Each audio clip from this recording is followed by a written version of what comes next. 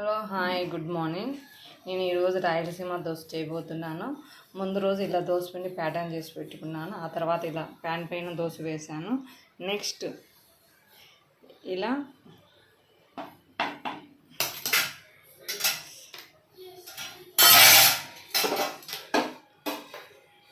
ఎర్రకారం వేసాను ప్యాన్ పైన వేసి, నెక్స్ట్ ఆయిల్ వేసి స్ప్రెడ్ చేస్తాను ప్యాన్ పైన కారాన్ని.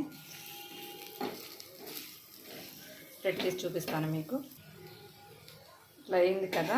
నెక్స్ట్ పుట్నాల పౌడర్ కూడా వేసుకోవాలి.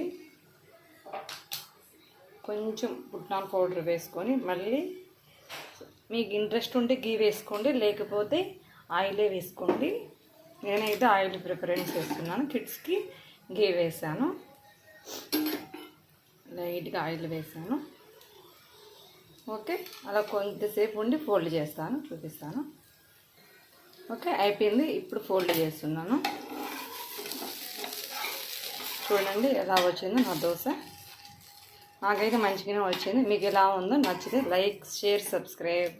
Thank you. మా హస్బెండ్కి వేసాను ఇప్పుడే. బాయ్.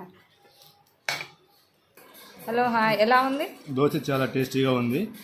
సో మీరు కూడా దోశ ట్రై చేసి ఓకే ఎలా ఉందో మీరు కూడా చెప్పండి. చట్నీ ఎలా ఉంది? చట్నీ కూడా బాగుంది.